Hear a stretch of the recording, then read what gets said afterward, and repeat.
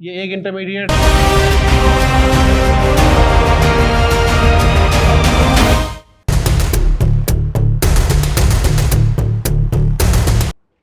Esterification में हमने acid और अल्कोहल से एस्टर बनाया था ना। पिछली क्लास में मैंने सिर्फ मैकेनिज्म नहीं लिखा था, रिएक्शन लिखा था।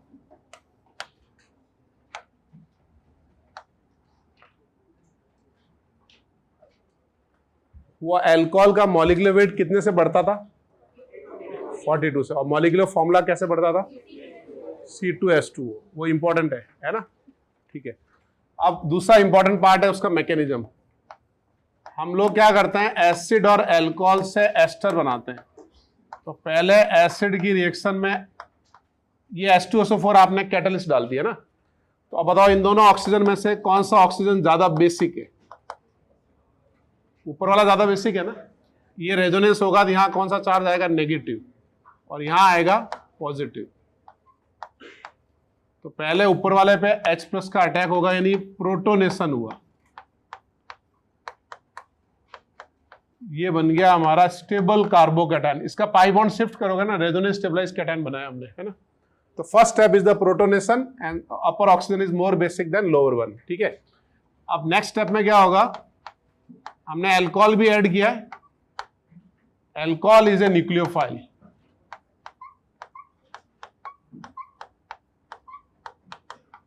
और ये जो पॉजिटिव चार्ज बना है ये इलेक्ट्रोफाइल है। तो अल्कोहल का होगा इस पे अटैक, पाई बॉन्ड ब्रेक। ये समझ में आ रहा है? प्रोटोनेशन किया, फिर अल्कोहल का अटैक किया हमने। ये स्टेप इसका RDS स्टेप है। इससे क्या बनेगा बताओ? OH और अल्कोहल वाले O पे कौन सा चार्ज आएगा? प्लस। अब बताओ आगे का मैकेनिज्म कैसे होगा। वैसे देखो, समझने के लिए बहुत इजीली समझ सकते हैं कि यहां से ये H+ रीजनरेट कर दे, है ना। कैटलिस्ट है H+ पहले स्टेप में। और क्या कर सकते हैं, ये जो जैम डायोल है ना, इससे अपन वाटर निकाल दें तो एस्टर बन जाएगा। तो अगर हम इन दोनों OH से वाटर निकालेंगे तो C डबल बॉन्ड O बनेगा, और यहां से कैटलिस्ट रीजनरेट करेंगे तो हमारा एस्टर बन जाएगा, एस्टर प्लस वाटर। लेकिन मैकेनिज्म कैसे होगा? क्योंकि अगर हमको सवाल पूछेगा नंबर ऑफ स्टेप, तो हमको सारे स्टेप पता होने चाहिए। हमको पूछेगा प्रोडक्ट, वो तो हम कैसे भी निकालेंगे, वही बनेगा। तो आगे का मैकेनिज्म कैसे होगा? ये हमारा एसिडिक H है ना, और ये OH है हमारा बेस है। तो ये इंट्रामोलिकुलर एसिड बेस। तो नेक्स्ट स्टेप में होगा intramolecular acid base.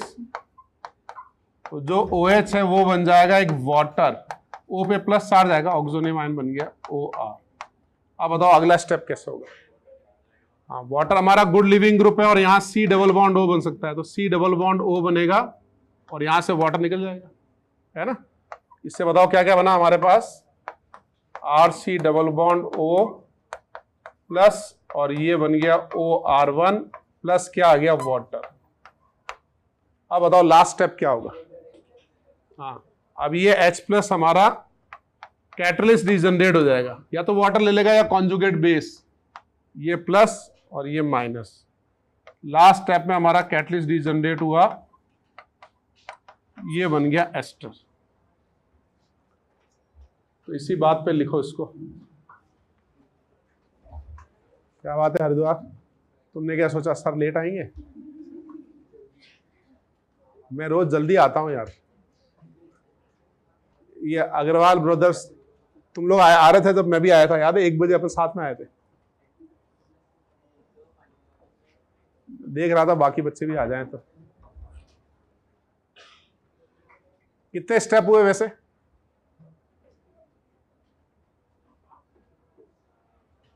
Number of step कितने हुए? 5 हो गए ना। सारे स्टेप लिखे हैं ना, सारे स्टेप लिखे हैं, तो जितने एरो हैं उतने स्टेप हैं, ऐसे गिन लो, 1 2 3 4 5। अगर आपने सारे स्टेप लिखे, अगर आपने बीच में 2 स्टेप लिख दिए तो फिर एरो काउंट नहीं करने, है ना। और दूसरी बात, सारे स्टेप लिखे तो इंटरमीडिएट काउंट कर सकते हैं। ये 1 इंटरमीडिएट, ये 2, ये 3, ये 4, 4 इंटरमीडिएट, मतलब 5 स्टेप की reaction. Number of arrow equal to number of step, कब? कंप्लीट मैकेनिज्म लिखा है तब।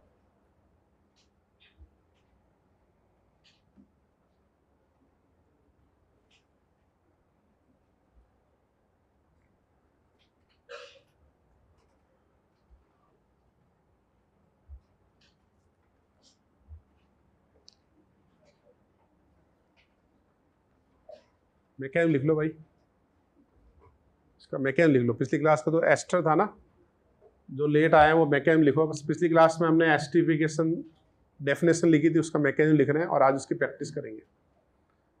ठीक है अभिषेक, अभिषेक कुमार समझ गए?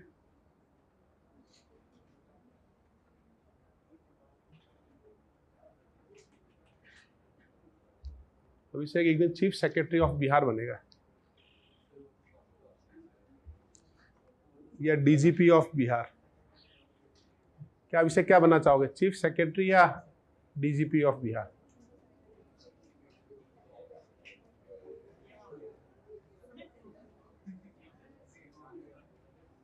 कंफ्यूज हो रहे हो यार,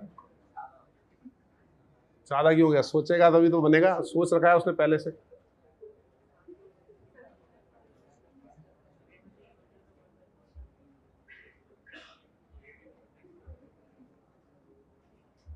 आईआईटी जैसे एग्जाम की तैयारी कर रहा है सिंसियरली, मतलब दुनिया में कोई भी एग्जाम क्रैक कर सकता है वो, अगर वो सोच लेगा तो। अरे बातचीत में लग गए, बनाओ भाई, हो गए सारे। नीचे लिखो 5 स्टेप की रिएक्शन है, लिखो it is a 5 step reaction.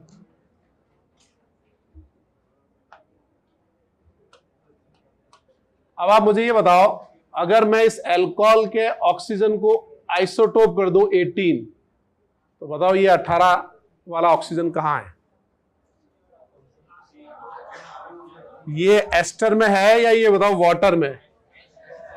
Ester में। Alcohol is a nucleophile, attack किया तो ये O18 यहां है, फिर ये O18 यहां है, ये O18 यहां है और ये O18 यहां है। तो लिखो उसको, आइसोटोप करो अल्कोहल के ऑक्सीजन को। Isotopic oxygen 18 number oxygen.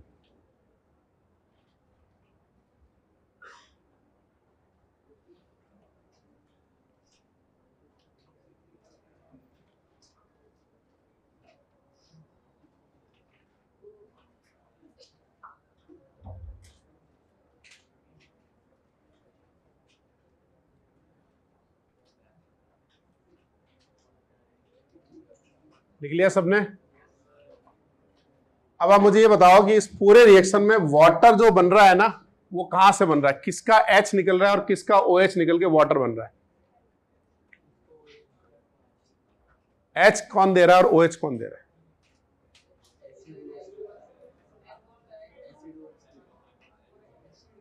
भाई ये अल्कोहल का ये जो ग्रुप है, ये तो एस्टर में ऐड हो रहा है ना, ये तो यहां ऐड हो गया, ये यहां ऐड हो गया, ये तो ऐड हो रहा है। इसका मतलब अल्कोहल क्या दे रहा है बताओ? अल्कोहल तो दे रहा है H और OH कौन दे रहा है? एसिड। तो अब ध्यान से देखो, मतलब उल्टा हो रहा है। जैसे कि अगर हम एक रिएक्शन कर रहे हैं कार्बोक्सिलिक एसिड की और अल्कोहल की, यही कर रहे हैं ना हम लोग। इसमें जो वाटर आ रहा है ना, वो एसिड का तो OH आ रहा है और अल्कोहल का क्या आ रहा है? H आ रहा है। ये वाटर यहां से बन रहा है। अब तुम ध्यान से अगर अपन वैसे समझें कि ये एसिड है तो इसको H+ देना चाहिए और अल्कोहल को OH देना चाहिए, तो ये उल्टा क्यों हो रहा है भाई? एसिटिक एसिड में और अल्कोहल में मोर एसिडिक कौन है? एसिड। तो इसका H निकलना चाहिए और उसका OH निकलना चाहिए ना, जबकि हो उल्टा रहा है। एसिड का तो OH जा रहा है और अल्कोहल का क्या जा रहा है? H।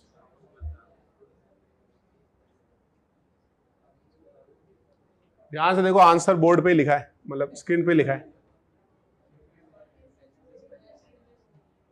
Very good. ये एसिड बेस नहीं है भाई, ये एसिड बेस रिएक्शन थोड़ी हो रही है, ये इलेक्ट्रोफाइल न्यूक्लियोफाइल हो रहा है। तो अगर कभी भी अल्कोहल न्यूक्लियोफाइल की तरह काम करेगा, इसका मतलब क्या है? कौन सा बॉन्ड ब्रेक होगा? कार्बन ऑक्सीजन का या ऑक्सीजन H का? ये वाला बॉन्ड ब्रेक होगा ना, ये तो अटैक करेगा और H निकल जाएगा वहां से। तो in this reaction alcohol act as a nucleophile, है ना, वो बेस नहीं है न्यूक्लियोफाइल। अगर मैं इसमें H2SO4 डालता डायरेक्ट, मान लो अल्कोहल की रिएक्शन H2SO4 से करते, तो H2SO4 का H+ और अल्कोहल का क्या निकलता? OH। अब अल्कोहल कैसे एक्ट करेगा? Alcohol act as a base. यहाँ पे अल्कोहल न्यूक्लियोफाइल है। ये बात समझ में आई? तो इस चीज को तुम हिंदी में, उर्दू में जैसे लिखना है वैसे लिख लो कि एसिड का OH और अल्कोहल का H मिलकर वाटर बनाएंगे। इसको हिंदी में लिख लो अच्छे से, ये सारे 99% क्वेश्चन इस पे बेस्ड है। वाटर कौन बनाएंगे?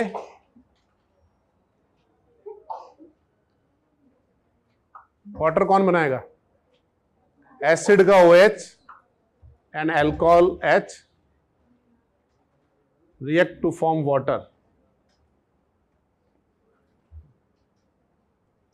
इसको इंपॉर्टेंट करके लिखो, एसिड का OH अल्कोहल का H मिलकर वाटर बनाएंगे। ये वेरी इंपॉर्टेंट पॉइंट है इसका। या इसी चीज को ऐसे भी बोल सकते हैं, alcohol act as a nucleophile. नीचे भी लिखो, alcohol act as a nucleophile.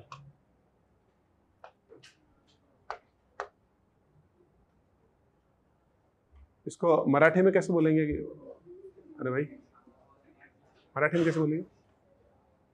ये बोलना है कि एसिड का OH और अल्कोहल का H निकल के वाटर बनाएंगे, मिलकर वाटर बनाएंगे।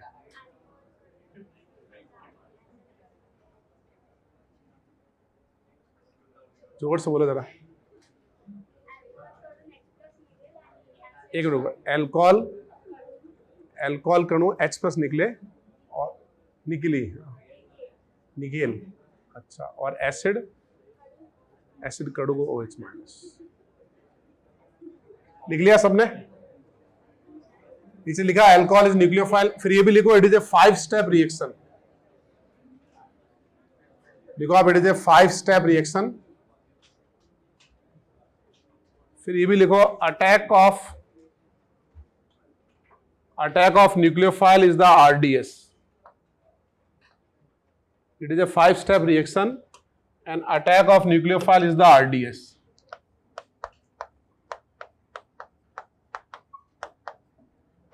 ये बताओ, 1 डिग्री अल्कोहल और 2 degree alcohol and 3 degree alcohol, इन तीनों में रेट ऑफ एसिडिफिकेशन का ऑर्डर क्या है?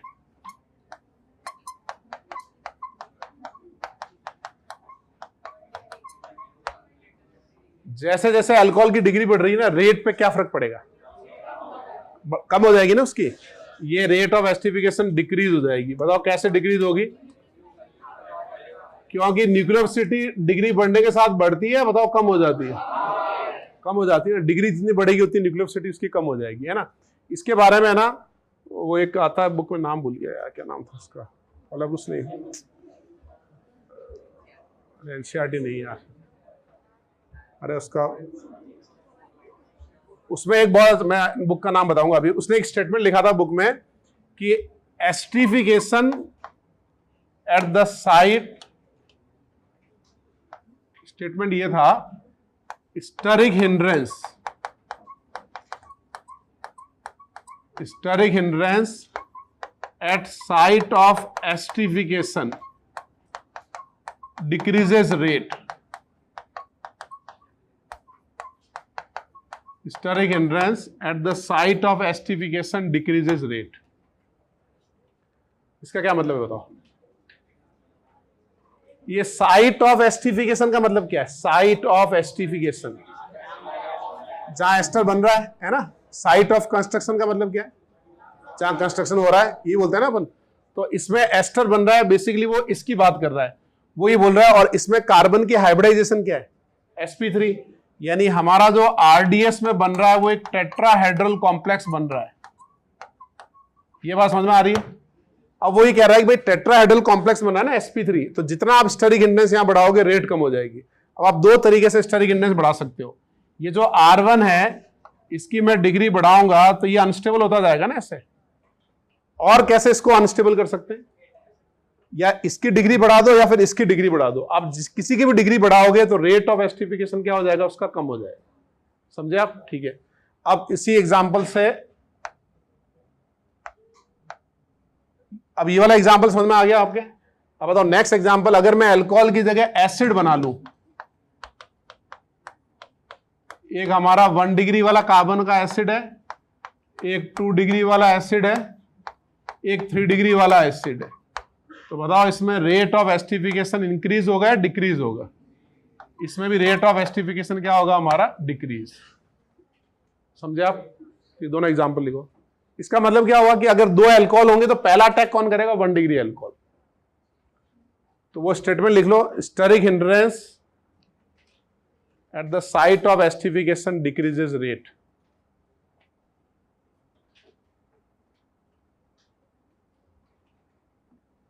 फ्रांसिस कैरे नाम है बुक का, उसने ये समझा, फ्रांसिस कैरे करके आता है, बहुत अच्छे से समझाया esterification, steric hindrance at the site of esterification. ये दोनों एग्जांपल लिख लो और लिखो रेट ऑफ एस्टिफिकेशन डिक्रीज। यानी अगर एक 1 डिग्री अल्कोहल हुआ, एक 3 डिग्री अल्कोहल हुआ, तो पहले एस्टर कौन बनाएगा? 1 डिग्री अल्कोहल। कार्बन की डिग्री बदलनी चाहिए ना। हाँ, अगर मान लो एटम चेंज हो रहा है तब रेट कैसे बताओगे? सपोज करो एक RNH2 है, एक ROH है, वैसे rate more reactive toward acid बोल दें हम, है ना। एस्टिफिकेशन वर्ड तो यूज नहीं करेंगे क्योंकि ये तो एस्टर बनाएगा, ये एमाइड बना देगा, है ना। तो इन दोनों में रेट किसकी ज्यादा आएगी? फर्स्ट की, on the basis of nucleophile. अगर न्यूक्लियोफिलिक एटम चेंज हो रहा हो ना, तो फिर N is better than O। तो ये वाला कॉन्सेप्ट कब लगेगा स्टेरिक हिंड्रेंस वाला? जब डिग्री बदल रही हो।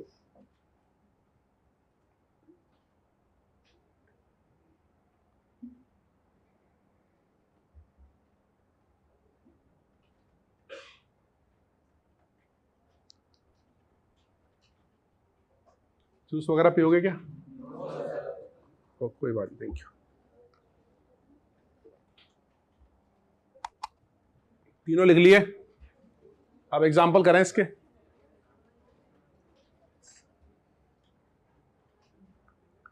अच्छा, ये पूरा रिएक्शन है ना एस्टिफिकेशन का इक्विलिब्रियम पे है, तो ये बताओ, ये मैंने आपको फॉरवर्ड का मैकेनिज्म बताया, मैंने आपको मैकेनिज्म किसका बताया? एस्टिफिकेशन का। अब बताओ what is the mechanism of hydrolysis of ester? क्या एग्जैक्टली उल्टा होगा? देखो, अगर कभी भी कोई भी रिएक्शन इक्विलिब्रियम के ऊपर हो ना, ये इक्विलिब्रियम पे है, हमको पता क्या चला ये इक्विलिब्रियम पे है? वो हमको रिएक्शन करके देखना पड़ता है। तो हम वाटर डालेंगे तो हम ऐसे नहीं से इसको निकाल सकते हैं, मतलब ये बैकवर्ड रिएक्शन मैकेनिज्म हो रहा है इसका। आप तो सिंपल रिएक्शन करके देखो हो रहा है कि नहीं हो रहा है ना। तो ये पूरी रिएक्शन इक्विलिब्रियम पे है। तो एक कॉन्सेप्ट है प्रिंसिपल ऑफ, शायद मैंने कभी बताया हो तुमको, एक प्रिंसिपल ऑफ माइक्रोस्कोपिक रिवर्सिबिलिटी। ये क्या बोलता है कि अगर कोई रिएक्शन इक्विलिब्रियम पे है ना, तो उसका फॉरवर्ड और बैकवर्ड का एनर्जी पाथ सेम रहेगा, यानी मैकेनिज्म सेम रहेगा। इन शॉर्ट, मतलब ये बेसिकली प्रिंसिपल तो ये बोलता है कि जैसे मान लो एक रिएक्शन हो रही है ऐसे, ये इसका एनर्जी प्रोफाइल है, तो अगर ये इक्विलिब्रियम पे है और ये मॉलिक्यूल जिस पाथ से फॉरवर्ड गए हैं, तो बताओ बैकवर्ड आने का इनका मॉलिक्यूल का पाथ क्या होगा? सेम। बस कंडीशन क्या है? वो इक्विलिब्रियम पे होने चाहिए। अगर वो इरिवर्सिबल है फिर तो डिपेंड करता है रिएक्शन के ऊपर। तो अभी हमने जो रिएक्शन लिखा है ये पूरा इक्विलिब्रियम पे है, तो इसका मतलब ये हो गया जो फॉरवर्ड का मैकेनिज्म था वही हमारा मैकेनिज्म क्या होगा? बैकवर्ड का। अगर आपको मैं बैकवर्ड का मैकेनिज्म लिखने को बोलूंगा तो हमारे पास वाटर है, H+ कैटलिस्ट है और एस्टर है। पहले आप O का अटैक करोगे H+ पे, सेम यही चीज बनाओगे आप। फिर आप क्या करोगे? वाटर का अटैक, सेम ये चीज बनाओगे। डिट्टो आपको बैकवर्ड जाना है वापस, है ना। फिर ये H+ ट्रांसफर होगा, ये बनेगा, फिर CO बॉन्ड बन के अल्कोहल निकल जाएगा, डिट्टो सेम मैकेनिज्म हो जाएगा। तो जब भी मैं इक्विलिब्रियम लिखूंगा तो मैं एक ही मैकेनिज्म लिखूंगा, बैकवर्ड का लिखने की जरूरत ही नहीं है। तो लिखो जरा, देखो, according to principle of microscopic reversibility,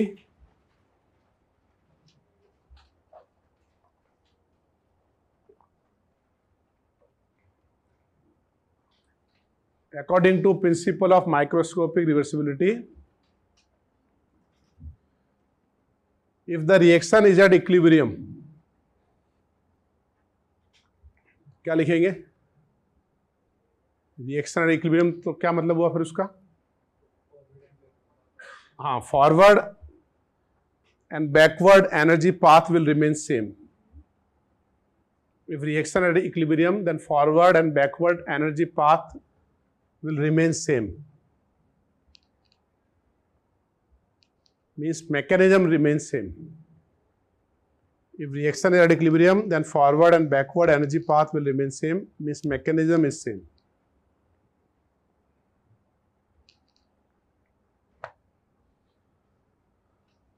समझ गया भाई? According to principle of microscopic reversibility, reaction at equilibrium, then forward and backward energy path will remain same. अब एग्जाम्पल करते हैं. तुमको मैं जितना ये एग्जाम्पल करवा रहा हूं ना, ये सारे एग्जाम्पल 2017 बैच में जो कराया था ना मैंने 18 में, वो हैं. एक रिया सिंह नाम की लड़की थी, गर्ल्स टॉप किया था उसने, उसके नोट्स हैं ये सारे. 16 की है क्या? हाँ, तो 2016 की है वो. उसने नोट्स बड़े जबरदस्त बना रखे थे, मैंने उसी से कॉपी करा लिए. चलो इसी बात पे एग्जाम्पल लिखो.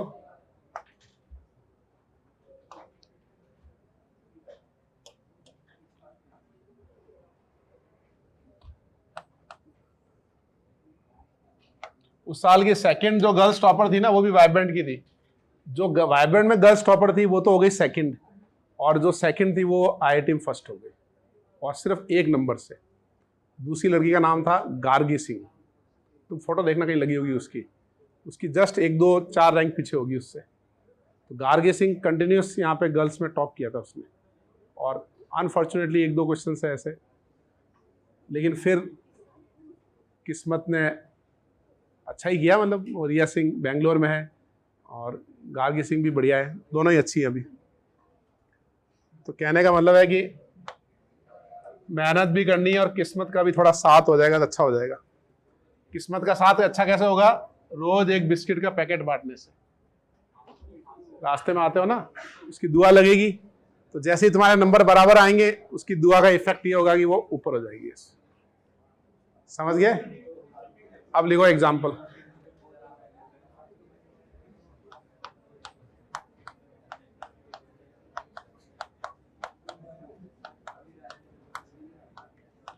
अरे ये बात कर रहे हैं, ये लेवल 1 लगता है भूल गए हैं.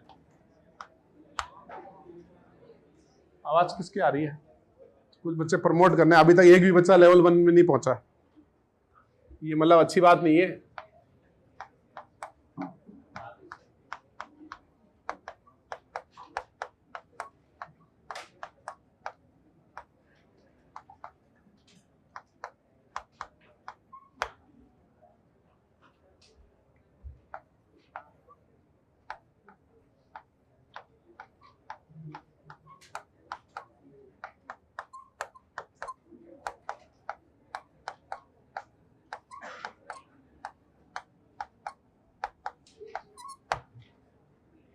सिंघाना जी नजर नहीं आ रहे?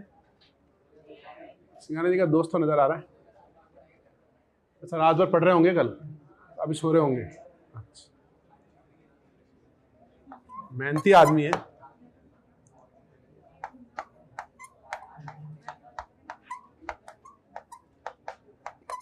हर एक सवाल को करने के लिए आपके पास 45 सेकंड है, उसके बाद ऑटोमेटिक स्क्रीन से डिलीट हो जाएगा, और नहीं होगा तो मैं कर दूंगा उसको.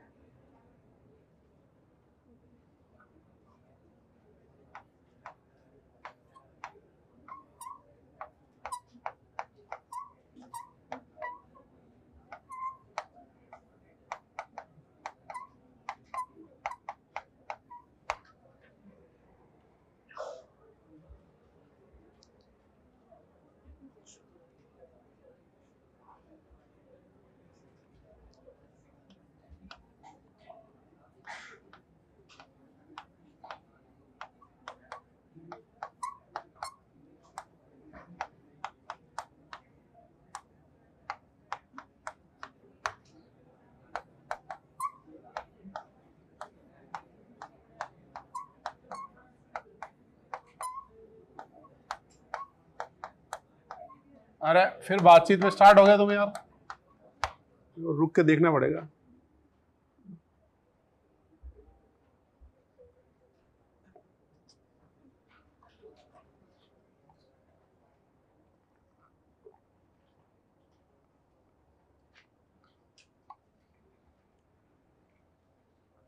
कुछ हिंट वगैरह देने की जरूरत है? सभी रिएक्शन में क्या हो रहा है? एस्टरिफिकेशन।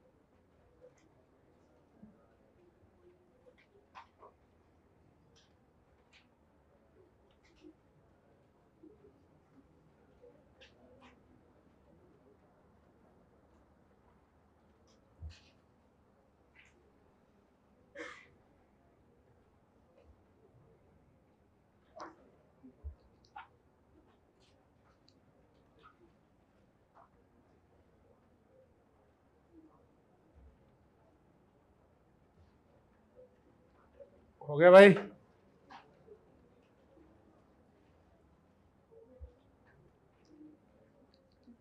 धीरे धीरे फेड होना स्टार्ट हो गया। 45 सेकंड हो गया ना।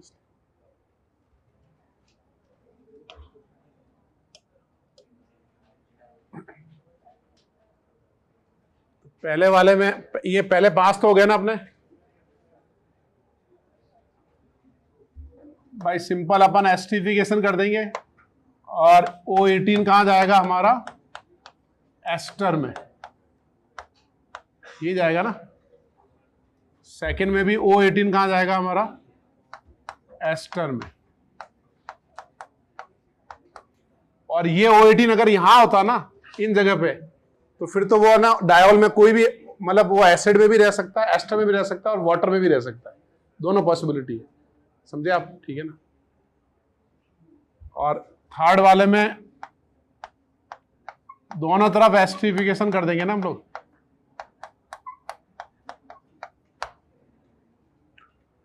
फोर्थ में O18 कहां जाएगा? एसिड पे या एल्कोहल पे? एल्कोहल पे जाएगा ना।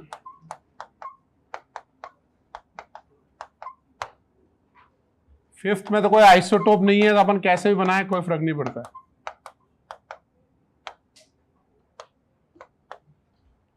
समझ गए आप? सिक्स्थ में क्या होगा? AC2O मतलब क्या है? एसिटिक एनहाइड्राइड, है ना। ये हमारा AC2O मतलब ये बन गया एसिटिक एनहाइड्राइड। अब ये एस्टरिफिकेशन होगा इसके साथ, है ना। किसका होगा एस्टरिफिकेशन? पहले किसका होगा? पहले नीचे वाले का होगा ना, क्योंकि ये हमारा 2 डिग्री है और ये हमारा 3 डिग्री है। तो 2 डिग्री इज बेटर न्यूक्लियोफाइल ये ऐसे नहीं करके ये बॉन्ड ब्रेक हो जाएगा, यानी हम कहेंगे ये एस्टिफिकेशन हो गया, और एक और चीज क्या बोल सकते हैं, ये एसिटाइलेशन हो गया, है ना। अब नेक्स्ट जो अल्कोहल है 3 डिग्री, वो लेस रेट मतलब वो बाद में रिएक्ट करेगा, प्लस एसिटिक एसिड बन जाएगा। समझे आप? तो बस आपको पता होना चाहिए न्यूक्लियोफिसिटी किसकी ज्यादा है।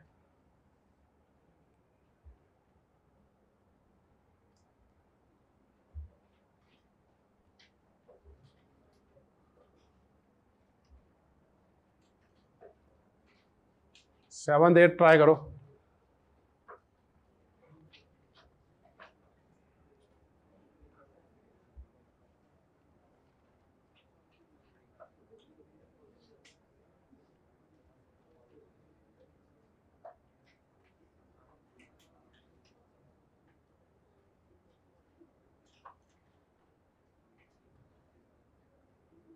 बोलो भाई, सेवंथ में पहला एस्टिफिकेशन किसका करेंगे?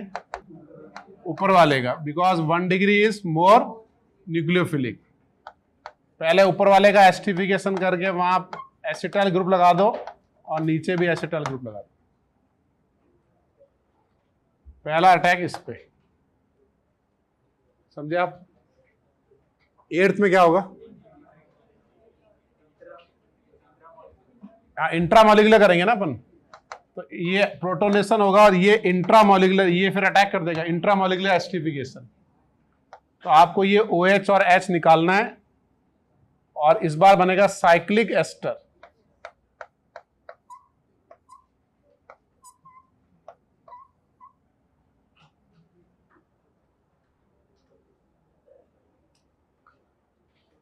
लिखा आपने?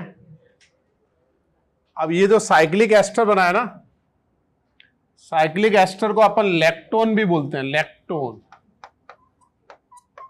लैक्टोन का मतलब होता है साइक्लिक एस्टर, और ये जो इंट्रामोलिकुलर एस्टिफिकेशन है इसका बोलते हैं लैक्टोनाइजेशन। लैक्टोनाइजेशन का मतलब फॉर्मेशन ऑफ लैक्टोन। लैक्टोन मतलब साइक्लिक एस्टर, लैक्टोनाइजेशन मतलब फॉर्मेशन ऑफ लैक्टोन।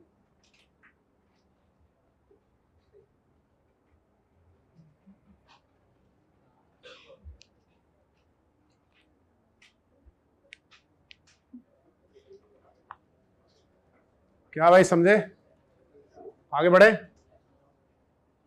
8th में उसका डेफिनेशन लिख लिया लैक्टोनाइजेशन का। Formation of lactone is known as lactonization, and lactone is known as cyclic ester.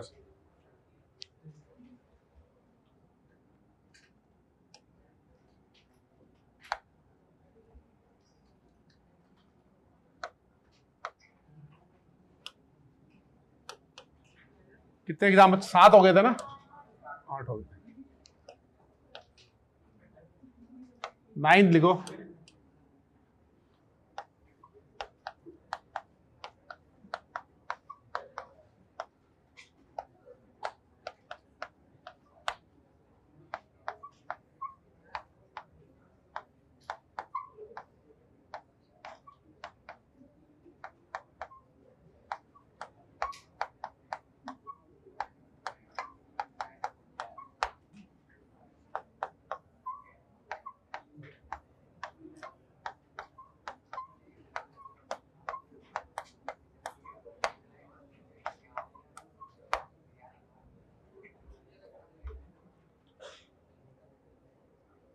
अरे अब्दुल्ला, तुम किससे बातें कर रहे हो?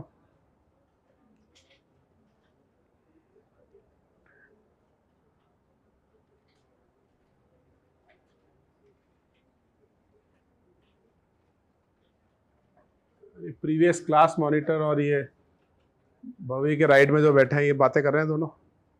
पता है मेरे को, मेरे कब से दिमाग में क्या चल रहा है पता है? कई मूवी में होता है ना, शुरू में एक बच्चा होता है या ऑफिसर बनता है, IAS वगैरह बनता है, फिर वो सिस्टम से परेशान हो जाता है और फिर वो डाकू बन जाता है एकदम।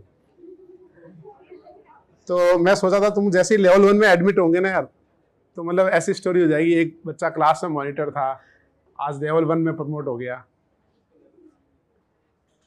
सिस्टम के खिलाफ बागी हो गया वो।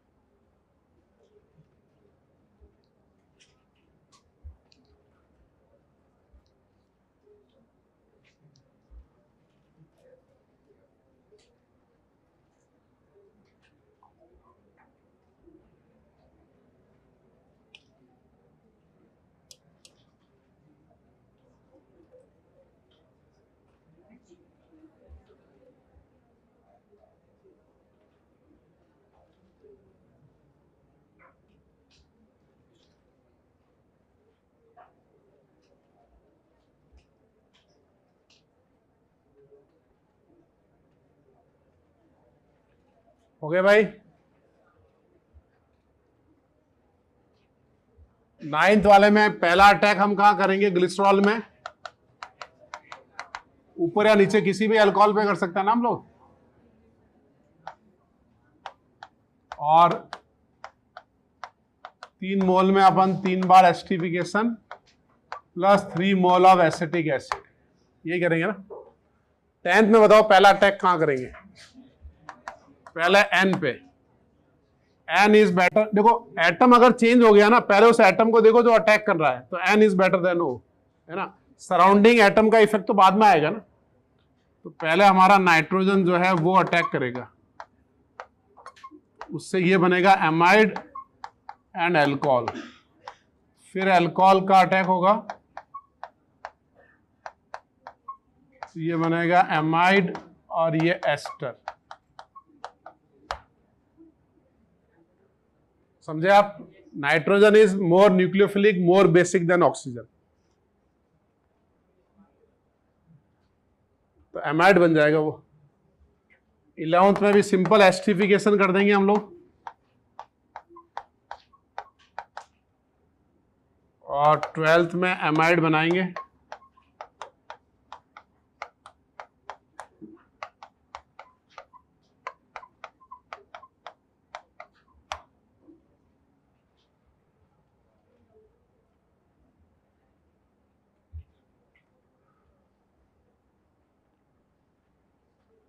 13 में क्या किया बताओ? ऊपर वाला या नीचे वाला? हाँ, नीचे वाला हमारा एमाइड है। एमाइड इज वेरी, ये ऑक्सीजन पे नेगेटिव आ रहा है ना। Amide are very weak base and weak nucleophile, क्योंकि ऑक्सीजन पे नेगेटिव स्टेबल होता है। ये मैंने आपको जब 11th में जीओसी पढ़ाई होगी तो इस बात को बहुत हाईलाइट करके बताया होगा कि एमाइड बहुत वीक बेस होते हैं हमारे। तो एमाइड पे एसिटाइलेशन होगा ही नहीं, एसिटाइलेशन होगा एमीन्स पे।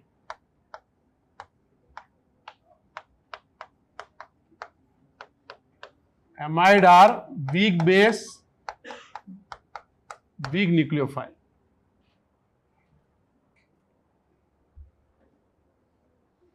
समझे भाई? 14 में एसिटाइलेशन ऊपर वाले नाइट्रोजन पे करेंगे या नीचे कार्बन पे करेंगे? ये कार्बन का इसका sp3 कार्बन का एसिटाइलेशन क्यों नहीं कर रहे? हम ऐसा क्यों नहीं कर रहे हैं कि इसका अटैक यहां कर दें? लोन पेयर नहीं है ना हमारे पास, ऐसा थोड़ी कुछ भी करेंगे हम। ये बन गया एमाइड, sp3 कार्बन का तो सब्स्टिट्यूशन हो सकता है या ऑक्सीडेशन हो सकता है बस। समझे आप? ये 13 वाला जेई एडवांस का सवाल है। उसने लिख दिया था एक्सेस और ऑप्शन ऐसे दिए थे जिसमें एमाइड का एसिटाइलेशन, एमीन का, दोनों का एसिटाइलेशन। तो उसमें खास बात ये थी कि एमाइड का तो एसिटाइलेशन होगा ही नहीं। समझे आप? वो बहुत वीक बेस, वीक न्यूक्लियोफाइल है, उसका एसिटाइलेशन नहीं होगा, चाहे अपन एक्सेस लिख दें यहां पे।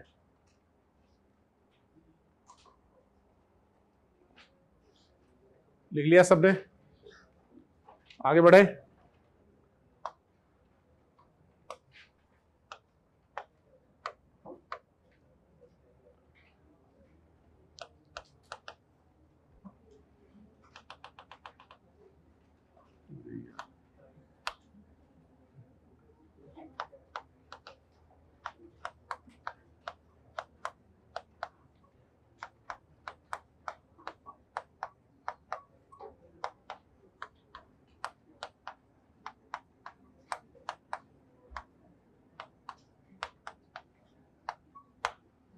इनका प्रोडक्ट बनाओ।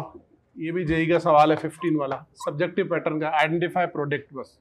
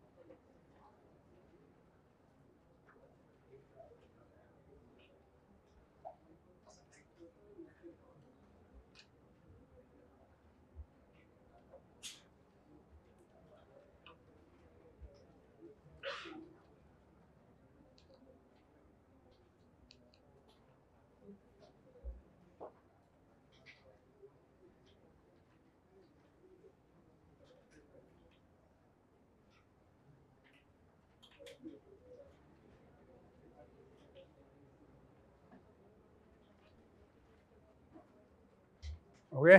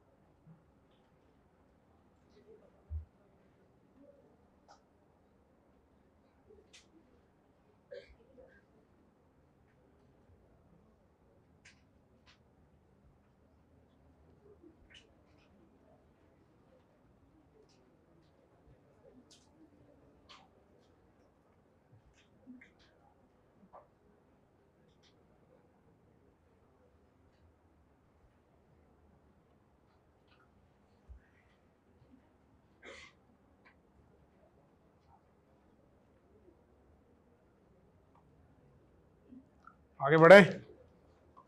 तीनों में रिंग बनेगा, है ना, साइक्लाइजेशन होगा, ट्राई करो।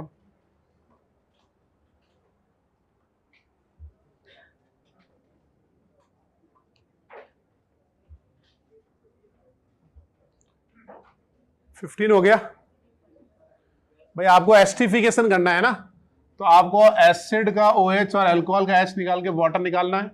फिर अगेन इंट्रामोलिकुलर एस्टिफिकेशन, यानी -2 मोल ऑफ वाटर और दोनों तरफ हम एस्टर बना देंगे। और हमारा ये O18 बताओ कहां रहेगा? एस्टर में रहेगा ना O18, समझे आप? अब बताओ NaBH4 किसको रिड्यूस करता है, एल्डिहाइड को या एसिड को? एल्डिहाइड को। एसिड को रिड्यूस नहीं करता है। तो पहले आपने एल्डिहाइड का रिडक्शन करके क्या बनाता है, अल्कोहल, है ना। अब बताओ अल्कोहल और एसिड की क्या रिएक्शन होगी, इंट्रामोलिकुलर एस्टिफिकेशन। एस्टर बन जाएगा ये, एस्टिफिकेशन, इलेक्ट्रोनाइजेशन, है ना। अब 17 में भी NaBH4 किसको रिड्यूस करेगा, कीटोन को, है ना, एसिड को रिड्यूस नहीं करेगा वो। तो कीटोन का रिडक्शन होके बनेगा अल्कोहल, और ये बनेगा हमारा ये एसिड। अब बताओ आगे क्या होगा। अब ये रिंग बन जाएगा, यहां से वाटर निकल जाएगा 1 2 3 4 5, यानी ये बन जाएगा एस्टर।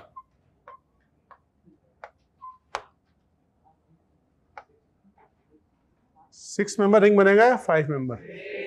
1 2 3 4 5। और अच्छा 5 कार्बन हो गए ना यार, 5 कार्बन और 1 ऑक्सीजन, इसको होल्ड ट्वाइस लिख देंगे तो बन जाएगी ये 6 मेंबर की रिंग। समझ गए भाई?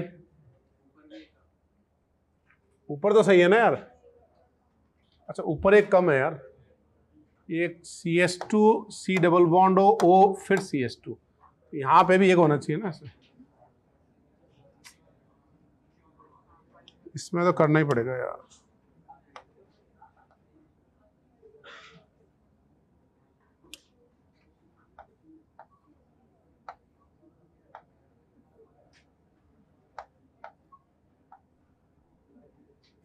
ठीक है ना भाई?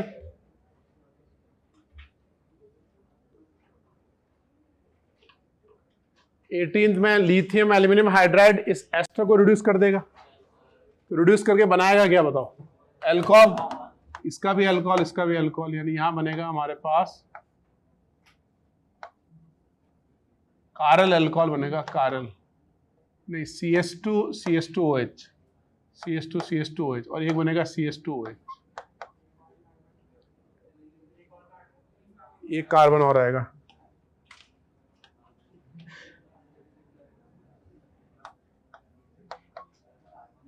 सही बनाया।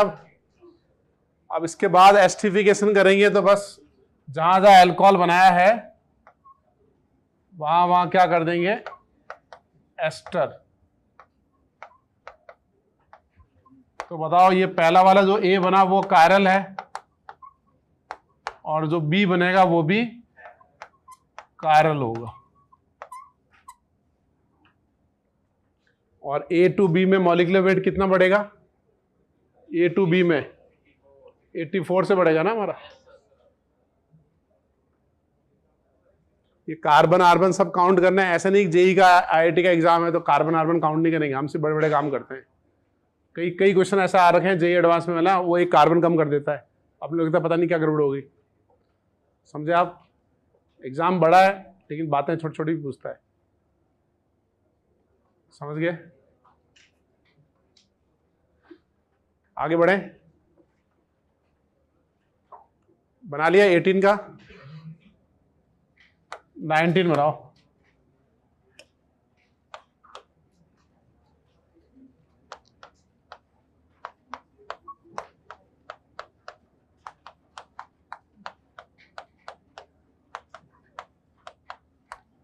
एस्टिफिकेशन कर लिया मतलब अपना एसिड डेरिवेटिव चैप्टर हो जाएगा पूरा।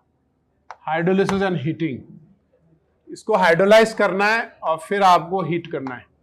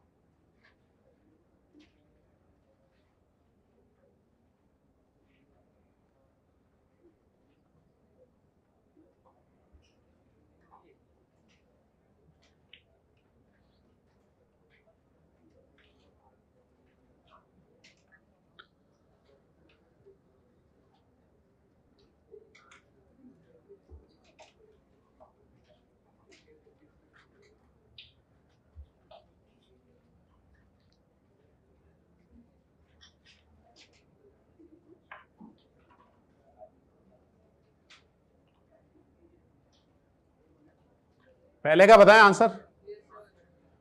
आप बताओ, इसका हाइड्रोलिसिस करोगे तो एस्टर का हाइड्रोलिसिस होगा ना, तो एसिड का, एस्टर का एक बनेगा एसिड और एक बनेगा एल्कोहल,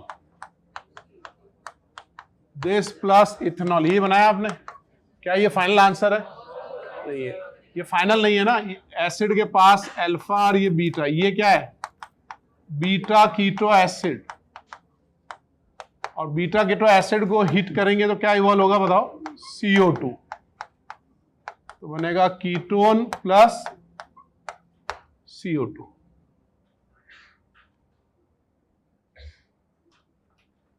समझे आप? जहां भी हीटिंग है वहां ध्यान रखो, बीटा कीटो है, जेम है तो CO2 देगा, विसिनल है तो एनहाइड्राइड बनाएगा।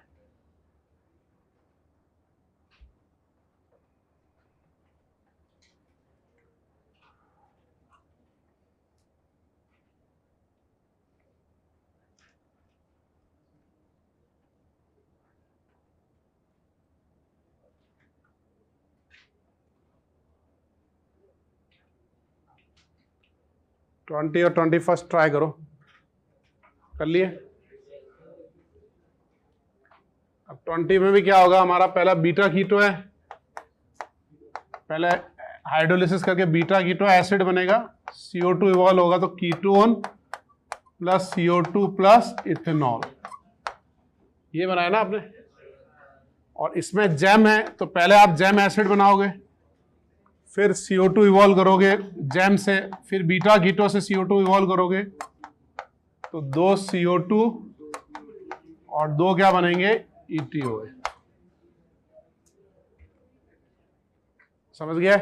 बस मैंने हाइड्रोलिसिस के बाद बीटा कीटो ऐड कर दिया। आगे बढ़े।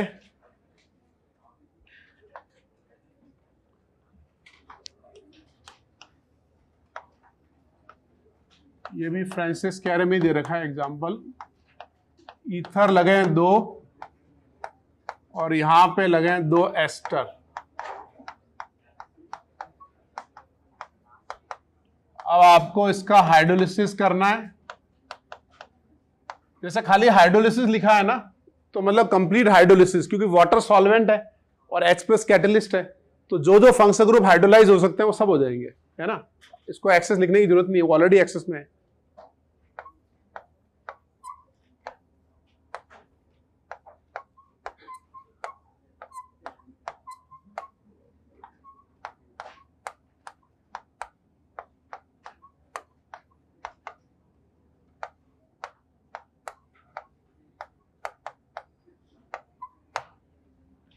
बनाओ इन दोनों के प्रोडक्ट।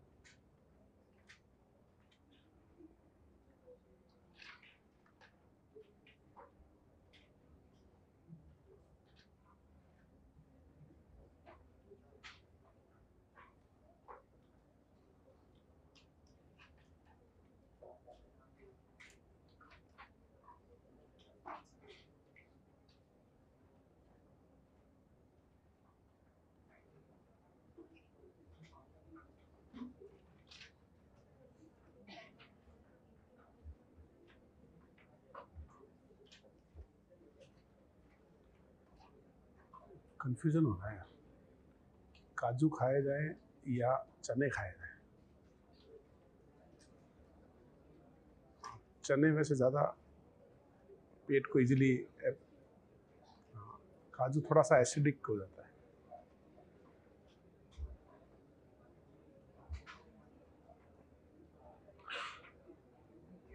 हर बार क्या, मैं इवेंट के पहले ना 5 किलो वजन कम कर लेता हूँ। अभी 85 है, 80 कर लेता हूँ, मेरे को बहुत हल्का फील होता है। लेकिन इस बार में जो न्यूट्रिशन है काउंसलर है, उसने बताया मेरे को कि आप वेट कम मत करना, आप कम कर दिया आपकी स्ट्रेंथ गिर जाएगी। इसलिए हर बार मैं उल्टा करता हूँ, इवेंट से पहले वेट कम करता हूँ तो उससे मसल चला जाता है, तो इवेंट मेरी लास्ट में ऐसी हालत हो जाती है जैसे मतलब क्या बताऊँ। तो मैं समझ में ऐसा होता क्यों है, तो फिर पता चला कि मैं वेट लॉस से मसल मॉस जा रहा है। तो आपको वेट इतना ही रखना है, खाने पीना आपको 25% बढ़ाना है, इसलिए काजू और चने इनकॉर्पोरेट किया। अब कितनी अच्छी गाइडेंस दी उसने ना। जनरल आदमी क्या सोचता है कि 5-7 किलो कम कर लूँ, मैं एकदम पतला हो जाऊँ तो मसल चला जाएगा, हो ही नहीं एंडोरेंस।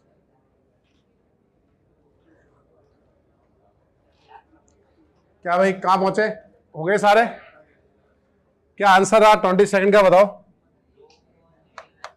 हाँ, तुमने इसका हाइड्रोलिसिस किया यहाँ से, इसका हाइड्रोलिसिस करोगे तो यहाँ कार्बन पे OH OH, एस्टर पे भी हाइड्रोलिसिस करोगे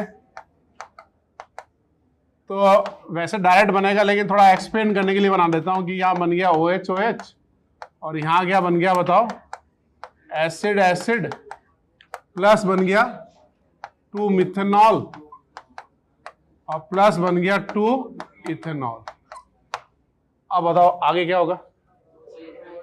हाँ, अब ये वाटर निकाल लिया और जैम से CO2 निकाल लिया, माइनस वाटर माइनस CO2, इससे आपने ये बनाया कीटोन और ये बनाया हमारा एसिड।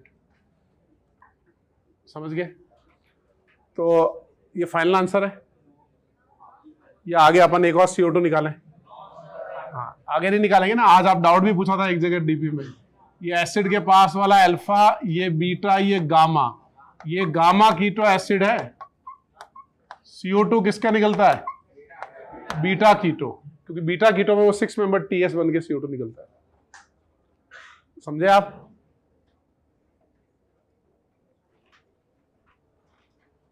यार ये कतार वाले लोग हैं ना, कतर कंट्री है ना, यार ये बहुत पैसे वाले हैं क्या? इतना पैसा कैसे इनके पास यार? तो ऑयल तो UAE और ये कतार अलग है ना, तो कतार वाले सब ज्यादा पैसे वाले हैं, गजब के पैसे हैं उनके पास सब। अच्छा, तेल का ही कमाल है,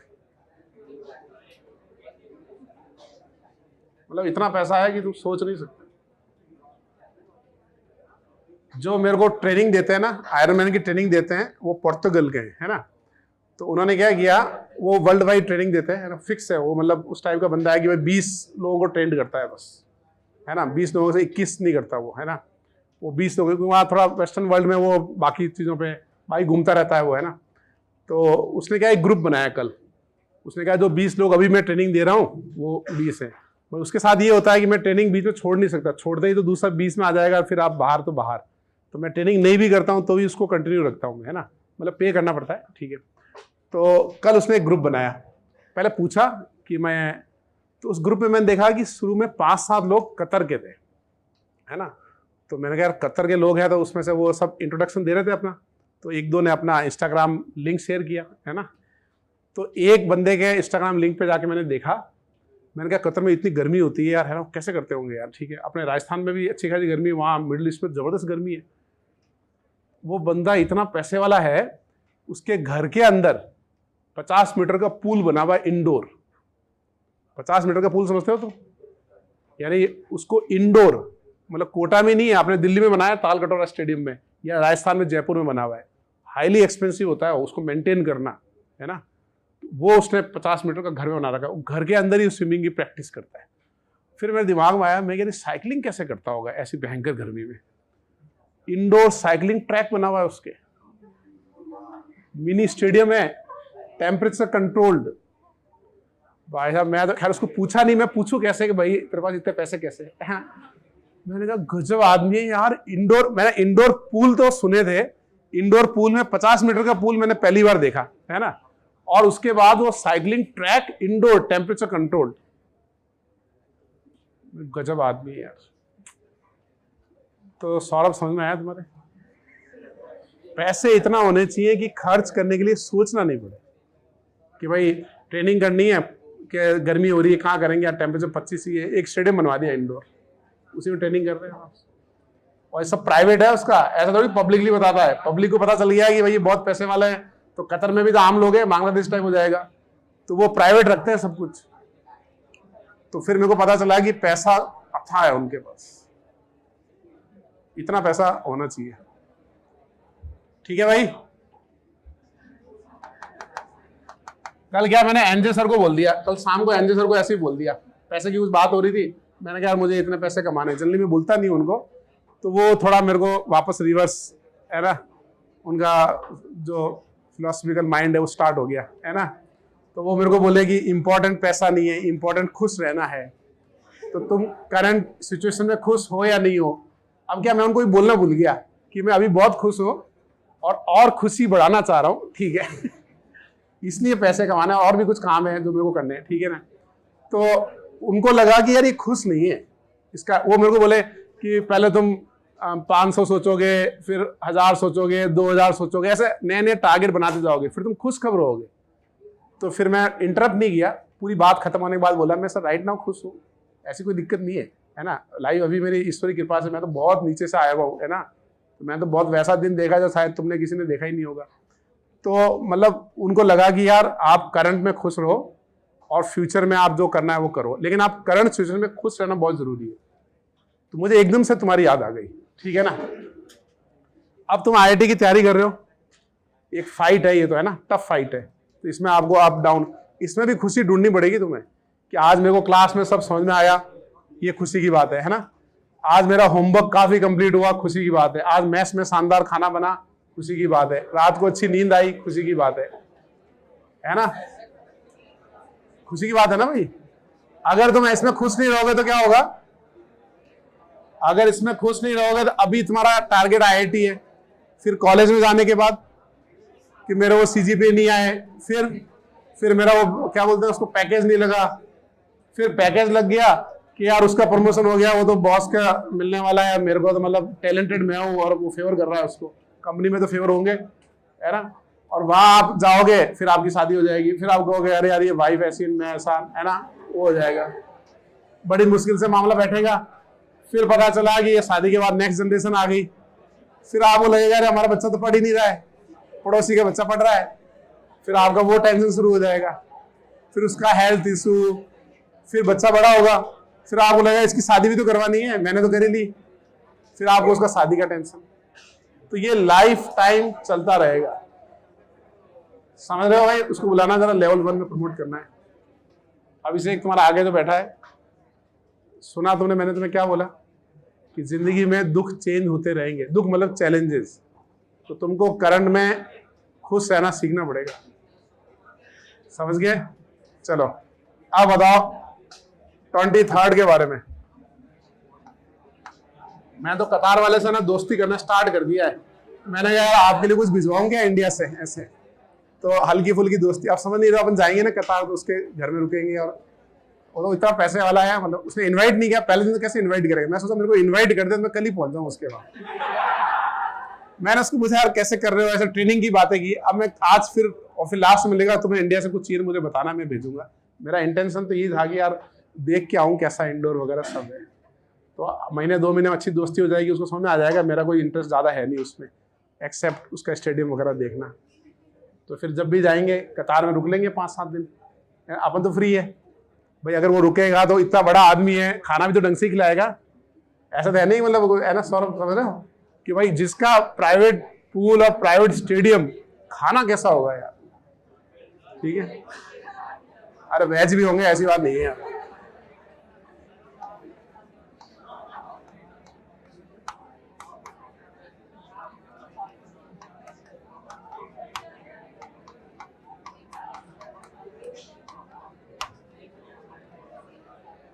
देखो जरा, ये फाइनल आंसर आया तुम्हारा, और प्लस ये बीटा कीटो बन जाएगा ना हमारा।